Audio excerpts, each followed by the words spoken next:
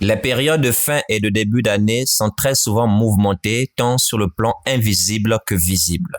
Sur le plan invisible, les démons sont glorifiés à travers des cultes et des sacrifices. C'est pourquoi il y a beaucoup d'accidents et de morts pendant ces périodes. Et sur le plan visible, il y a une grande mobilisation. Les païens se vautrent dans la débauche par l'ivrognerie et la prostitution. D'autres sont prêts à s'endetter pour célébrer ces fêtes. Quant aux soi-disant chrétiens de nos jours, ils sont entraînés dans l'égarement des faux prophètes et des faux ouvriers déguisés en serviteurs de Christ qui leur imposent des longs jeûnes et prières qu'ils appellent les prières de la traversée. Et je rappelle que pour nous qui avons connu la vérité, notre traversée a déjà été effectuée, car nous avons traversé la mer Rouge par le baptême de la régénération, représenté symboliquement et publiquement par le baptême d'eau. Nous sommes de ce fait passés des ténèbres à la lumière, de la puissance de Satan à celle de Dieu, selon Actes des Apôtres chapitre 26 verset 18, 1 Pierre chapitre 2 verset 9 et Colossiens chapitre 1 verset 12 à 14. Nous n'avons donc pas besoin du 31 décembre pour une soi-disant traversée. Chaque année vous traversez, pourtant vous restez les mêmes. Ils vous promettent chaque année que cette année c'est ton année, mais ce n'est jamais le cas. Vous pensez sérieusement que Jésus et les apôtres ont prêché des absurdités pareilles? Il faut noter que c'est une période où les faux prophètes profitent par des techniques de manipulation émotionnelle à dépouiller financièrement les ignorants avec des dîmes et plusieurs types d'offrandes d'escroquerie. Comme le dit notre Seigneur dans Jean chapitre 10 verset 10, « Le voleur ne vient que pour dérober, égorger et détruire. » Il n'est donc pas étrange que ces ouvriers voleurs agissent de même. Voyons ensemble notre position selon la Bible quant à ces festivités païennes. Nous ouvrons Romains chapitre 12, versets 1 à 2. Il est écrit, « Je vous exhorte donc, frères, par les compassions de Dieu, à offrir vos corps comme un sacrifice vivant, saint, agréable à Dieu, ce qui sera de votre part un culte raisonnable. » Verset 2. « Ne vous conformez pas au siècle présent, mais soyez transformés par le renouvellement de l'intelligence afin que vous discerniez quelle est la volonté de Dieu, ce qui est bon, agréable et parfait. » Amen. Ici, l'apôtre Paul nous exhorte, par les compassions de Dieu, à offrir nos corps comme un sacrifice vivant, saint, agréable à Dieu. Et pour appuyer ce qu'il dit ici, dans Romains chapitre 12, verset 1, nous allons ouvrir un autre texte, c'est 2 Corinthiens chapitre 5, verset 14 à 17. Il est écrit, « Car l'amour de Christ nous presse, parce que nous estimons que si un seul est mort pour tous, tous donc sont morts, et qu'il est mort pour tous, afin que ceux qui vivent ne vivent plus pour eux-mêmes, mais pour celui qui est mort et ressuscité pour eux. Ainsi, dès maintenant, nous ne connaissons personne selon la chair. Et si nous avons connu Christ selon la chair, maintenant, nous ne le connaissons plus de cette manière. Si quelqu'un est en Christ, il est une nouvelle créature. Les choses anciennes sont passées. Voici, toutes choses sont devenues nouvelles. Amen. L'apôtre Paul nous fait comprendre ici que nous sommes morts en Christ et nous ne vivons plus pour nous-mêmes, mais nous vivons pour celui qui est mort et qui est ressuscité pour nous. 2 Corinthiens chapitre 5, verset 14 à 17. Donc il le dit au verset 15. Et au verset 16, il nous dit, « Maintenant nous ne connaissons personne selon la chair. Et si nous avons connu Christ selon la chair, maintenant nous ne le connaissons plus de cette manière. » Donc ce passage nous fait comprendre que nous ne connaissons plus Jésus comme un simple homme qui est venu sur terre, qui avait mangé, bu et qui avait aussi des besoins humains comme tout être humain. Nous ne le connaissons pas de cette manière. Nous ne le connaissons pas comme fils de Marie et de Joseph. Qu'est-ce qu'il aimait manger en particulier? Ces choses charnelles-là, nous ne connaissons pas le Seigneur aujourd'hui selon la chair. Nous le connaissons maintenant selon l'esprit. Je profite par là afin d'interpeller ceux-là qui célèbrent le 24 décembre, soi-disant jour de naissance de Jésus. Ici, 2 Corinthiens 5,16 nous fait comprendre qu'on ne connaît plus Christ selon la chair. Oui, sur le plan charnel, il a bien une date de naissance, même si la Bible ne mentionne pas cela. Mais il est bien né dans la chair. Mais ici, l'Écriture dit que nous ne le connaissons plus selon la chair. C'est pourquoi Paul précise dans 2 Corinthiens 5, verset 16, « Dès maintenant, nous ne connaissons personne selon la chair. Et si nous avons connu Christ selon la chair, maintenant, nous ne le connaissons plus de cette manière. Nous le connaissons maintenant aujourd'hui selon l'esprit. Selon la chair, il a bien une date de naissance. Mais selon l'esprit, le Christ est Dieu. Et en tant que Dieu, Jésus n'a pas de date de naissance. Donc, ceux qui célèbrent le 24 décembre, d'abord, ce n'est pas écrit que c'est sa date de naissance. Ce sont des idolâtres. Parce que l'Écriture dit ici, nous ne connaissons plus Christ selon la chair. Comprenez-vous cela? Alors, dans ce même texte, l'apôtre Paul nous fait comprendre que Jésus est mort pour nous. Et je reprends ce qu'il dit au verset 15. Et qu'il est mort pour tous, afin que ceux qui vivent ne vivent plus pour eux-mêmes, mais pour celui qui est mort et ressuscité pour eux.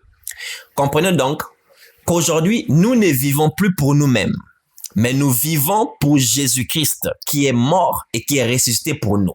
Nous ne nous appartenons plus à nous-mêmes, mais nous appartenons maintenant entièrement à Christ aujourd'hui. C'est pourquoi Paul pouvait dire, « Et si je vis, ce n'est plus moi qui vis, c'est Christ qui vit en moi. J'ai été crucifié avec Christ. » Galates chapitre 2, verset 20. « J'ai été crucifié avec Christ. Et si je vis, ce n'est plus moi qui vis, c'est Christ qui vit en moi. » Donc, il est hors de question pour quelqu'un qui a été régénéré, dont la vie entière appartient à Christ, de faire n'importe quoi.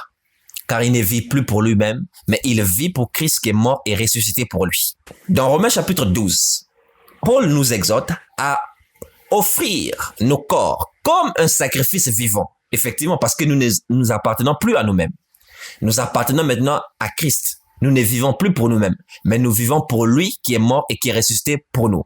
Par conséquent, il dit au verset 2 de Romains chapitre 12, « Ne vous conformez pas au siècle présent, mais soyez transformés par le renouvellement de l'intelligence, afin que vous discerniez quelle est la volonté de Dieu, ce qui est bon, agréable et parfait. » Donc, un chrétien qui a le Saint-Esprit, qui a été baptisé du Saint-Esprit, qui est né de nouveau, ne doit pas se conformer au siècle présent.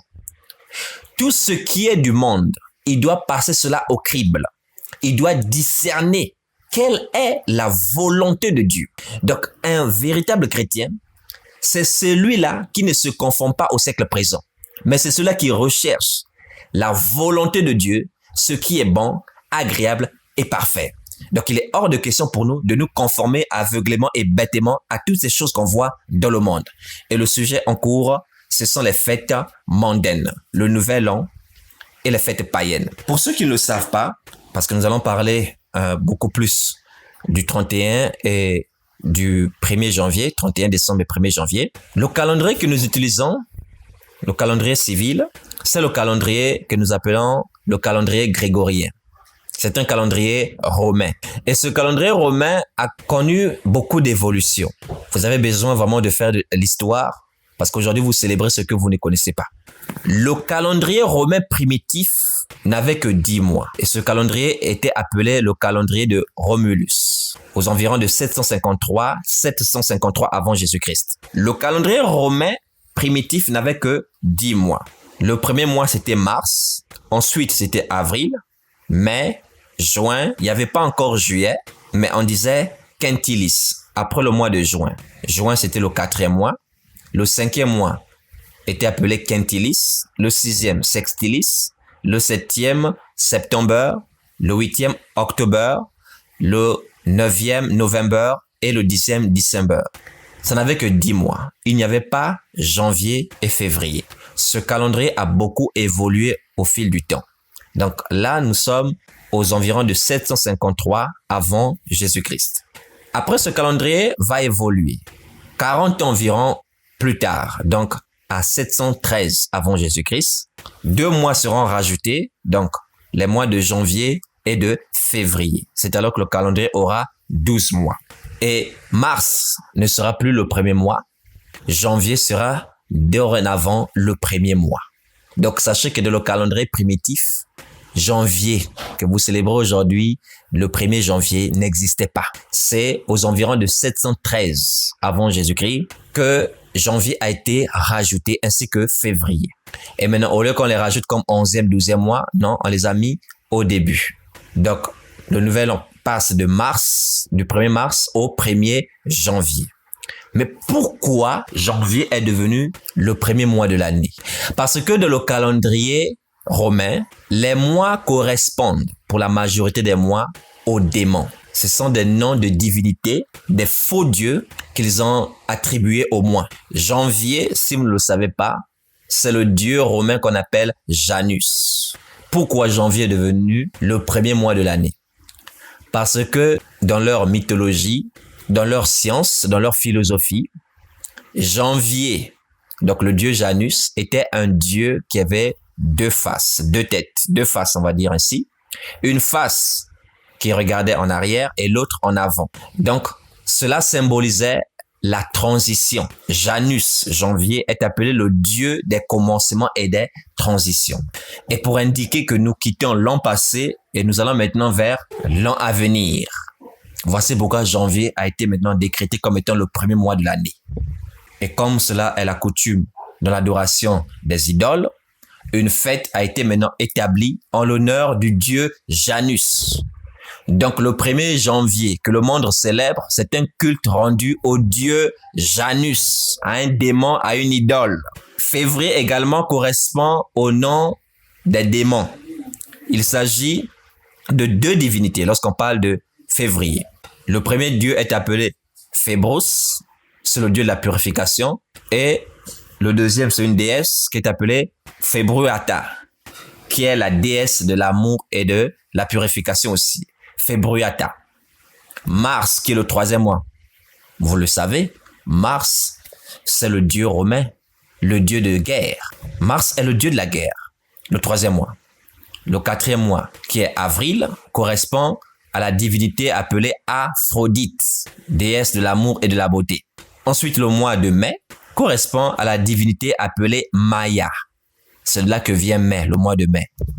La divinité Maya, qui est la déesse de la fertilité et de la croissance. Après Maya, c'est Junios. Donc, le mois de juin, d'où vient le mois de juin, c'est aussi une déesse. Elle, son rôle, c'est de protéger les femmes et le mariage. Donc, elle est protectrice des femmes et du mariage. Donc, ce sont là les noms des divinités célébrées par l'Empire romain. Après le mois de juin, normalement, le mois qui suit, c'était Quintilis. Mais ce mois-là, encore en 46, à l'an 46 avant Jésus-Christ, va connaître un changement pour qu'on passe maintenant de Quintilis à juillet. Juillet vient de Jules César. Jules César avait contribué aussi à l'évolution du calendrier romain. Le mois de Quintilis sera changé et sera attribué à la gloire de Jules César parce que ce dernier fut aussi divinisé après sa mort. Donc quand vous dites juillet, ça vient de Jules César. Le mois d'août aussi, là nous sommes en l'an 8 avant Jésus-Christ, n'était pas août au départ, mais c'était Sextilis. Mais comment cela est devenu août? Parce que il y a un autre roi appelé Auguste ou Augustus en latin qui va changer le mois Sextilis qui signifiait sixième mois et le remplacer par son nom à lui, donc Augustus. Donc il donne août pour nous qui parlons en français. Donc quand vous examinez attentivement les mois, le reste des mois, septembre, octobre, novembre, décembre, ne correspondent pas à des noms de divinités. Quand même, ils ne devraient pas aussi abuser. Donc, quand vous examinez, vous voyez, ce sont des démons qui sont honorés et glorifiés ainsi pour ces mois. Et c'est pareil aussi pour les jours de la semaine. Lundi vient de Luna, la déesse de la lune. Mardi vient de Mars, le dieu de la guerre. Mercredi vient de Mercure. Jeudi vient de Jupiter. Vendredi vient de Vénus. Samedi vient de Saturne. Dimanche, Sunday en anglais, c'est le jour de l'adoration du dieu solaire. Vous voyez comment cette idolâtrie-là a été répandue à travers les nations. Et les gens célèbrent ce qu'ils ne connaissent pas aujourd'hui. Voilà pourquoi il faut discerner toutes choses. Nous qui avons reçu l'intelligence renouvelée, vous organisez des longs jeûnes, des prières. Vous veillez toute la nuit du 31 avec des prières que vous appelez prières de la traversée pour entrer dans l'année nouvelle. Cette année, c'est mon année. Vous déclarez des bénédictions. vous vous faites dépouiller par des offrandes, d'escroqueries. Ne savez-vous pas que nous, qui sommes réellement sauvés en Christ, nous sommes déjà dans la nouvelle année depuis? Notre année n'est pas une année charnelle, mais elle est spirituelle. Prenons Luc chapitre 4, versets 17 à 19. Il est écrit dans ce passage. Et on lui remit le livre du prophète Ésaïe. L'ayant déroulé, il trouva l'endroit où il était écrit « L'Esprit du Seigneur est sur moi, parce qu'il m'a oint pour annoncer une bonne nouvelle aux pauvres. Il m'a envoyé pour guérir ceux qui ont le cœur brisé, pour proclamer aux captifs la délivrance et aux aveugles le recouvrement de la vue, pour renvoyer libres les opprimés, pour publier une année de grâce du Seigneur. » Donc le contexte, c'est notre Seigneur Jésus qui est en train de lire le livre du prophète Ésaïe. Donc il est venu pour publier une année de grâce. Et cette année de grâce, nous sommes entrés dans cette année à partir du sacrifice de Christ. C'est par son sacrifice que nous sommes rentrés dans cette nouvelle année. Donc c'est lui qui a Christ en lui, qui est une nouvelle créature, est dans la nouvelle année. Est-ce que vous comprenez cela? Donc on n'a pas besoin d'une fausse année sur le plan physique et faire les gens des prières de traversée. Ça, c'est l'esprit de la fausseté. Alors, que dirons-nous donc? Comment devons-nous nous comporter face à ces festivités? En réalité, ce sont des choses sur lesquelles on doit mettre une croix. Selon Romains chapitre 12, nous ne nous conformons pas au siècle présent. Le monde est plongé dans l'idolâtrie totale.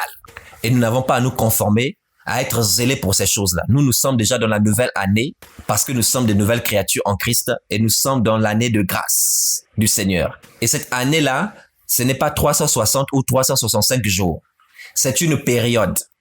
C'est pourquoi on appelle ça une année de grâce du Seigneur. Donc, c'est la période prophétique de la grâce, marquée le départ par le sacrifice de Christ et qui s'achève lors de son avènement. Donc, durant toute cette période, nous sommes dans la nouvelle année, l'année de grâce du Seigneur. Maintenant, qu'en est-il des festivités par rapport au monde? Nous devons avoir beaucoup de discernement parce que ces fêtes en réalité, ne nous concerne pas du tout.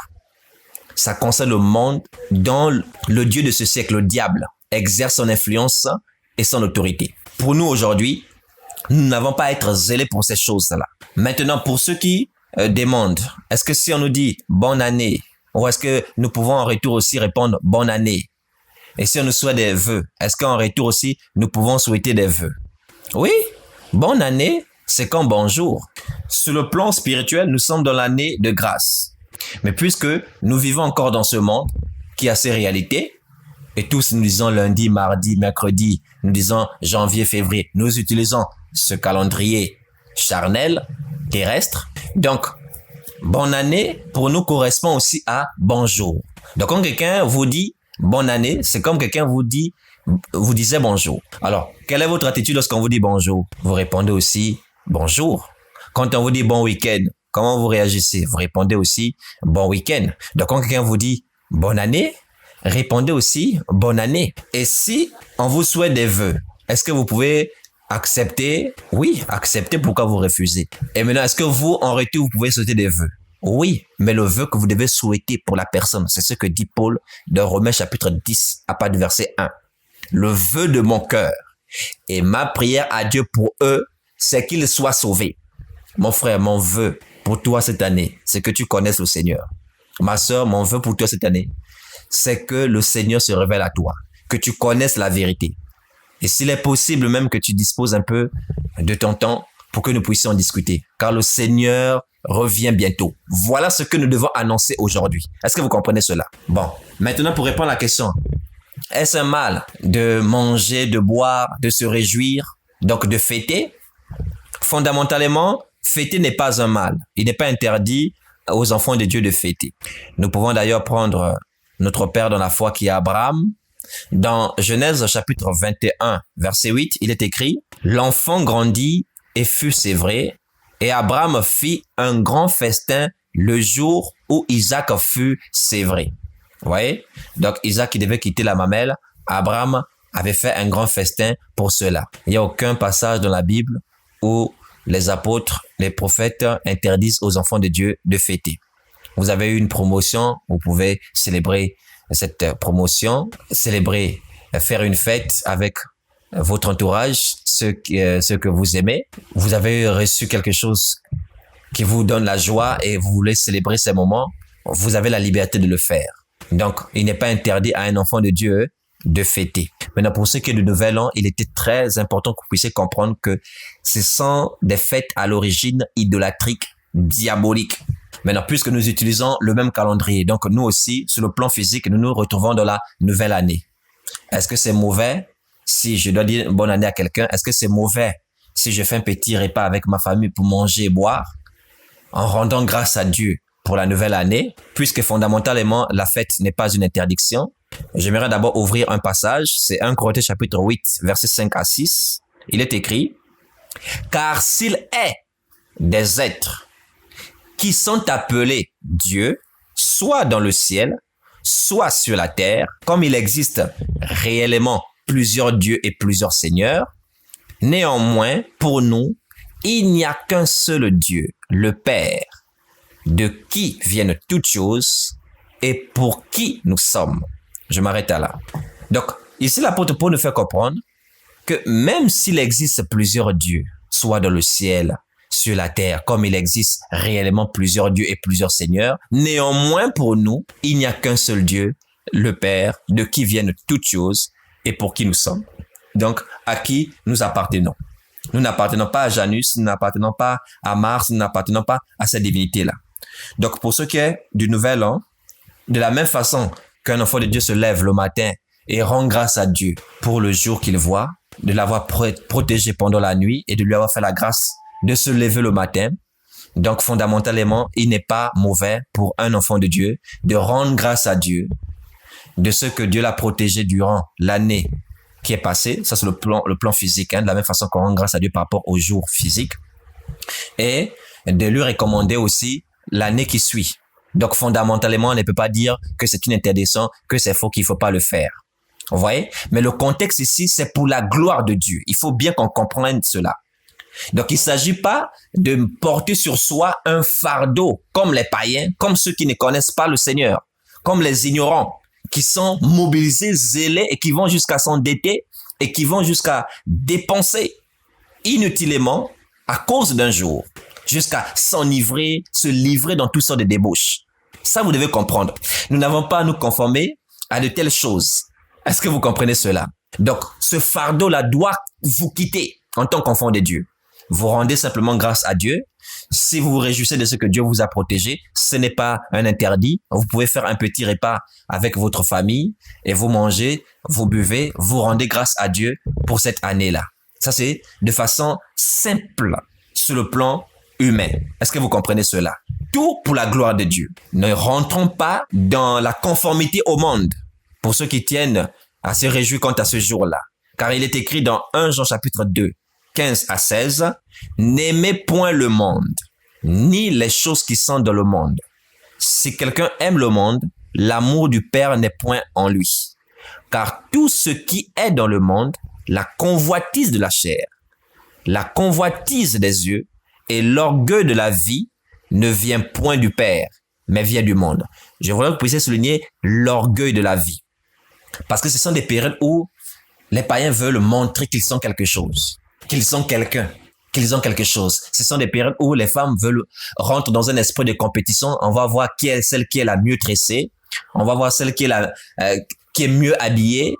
On va voir celle qui a l'argent. On va voir celle qui est... Vous voyez, ils sont ici dans ce qu'on appelle l'orgueil de la vie. Et je vais vous lire ce même verset-là, 1 Jean 2, verset 16, dans la version français courant, afin que vous puissiez comprendre. Il est écrit, « En effet, voici ce qui appartient au monde, la volonté de satisfaire ses propres désirs ou de posséder ce que l'on voit, ainsi que l'orgueil fondé sur les biens terrestres. Eh bien, tout cela vient non du Père, mais du monde. » Vous comprenez? On parle de l'orgueil fondé sur les biens terrestres. Les gens rentrent dans un esprit de compétition, on gaspille beaucoup d'argent pour acheter la nourriture qui finit dans la poubelle. On gaspille l'argent Et après, on s'est mis à dire que le mois de janvier est le mois le plus difficile. Alors qu'on on a été plongé dans toutes sortes de débauches et de toutes sortes de dépenses inutiles comme si c'était le dernier jour de la vie. Vous voyez? Donc, on n'a pas à rentrer dans cette dérive-là. Comprenez? Où vous allez dépenser énormément pour tellement bien habiller vos enfants, pour prouver au monde que vos enfants sont les mieux habillés de la terre. On n'est pas là pour rentrer dans cette dérive-là. Vous comprenez? Ce n'est pas une fête chrétienne. Elle est purement diabolique dans son origine. Mais puisque nous utilisons le même calendrier, comme je vous l'ai dit, j'essaie d'apporter un peu de concession afin que vous n'entrez pas aussi dans les excès. Vous devez comprendre que lorsqu'on vous dit bonne année, c'est la même chose lorsqu'on vous dit bonjour. Et vous devez comprendre que il n'est pas interdit de rendre grâce à Dieu pour la nouvelle année, de la même façon que vous rendez grâce à Dieu pour le jour qui s'est levé, pour la grâce qu'il vous accorde de voir un jour nouveau. Ça se fait. Si vous souhaitez vous réjouir pour la grâce que le Seigneur vous a faite, en prenant un petit repas, on peut pas dire que c'est un interdit. Mais n'entrez pas dans les dérives, allez crier partout, bonne année, bonne, et casser les bouteilles et faire la folie et rentrer dans toutes sortes d'ivrogneries et des prostitutions. Ça, ce sont des choses sur lesquelles il faut mettre la croix. Donc, j'espère que vous avez bien compris cela, que ce fardeau-là, que ce stress-là, cette pression inutile-là, quitte vos épaules car vous avez été affranchis par Christ. Et ne devenez pas esclaves des hommes. Que Dieu vous bénisse abondamment. Apôtre Ribaud. Numéro WhatsApp, plus 241 74 30 10 67. Adresse mail, fondementapostolique@gmail.com.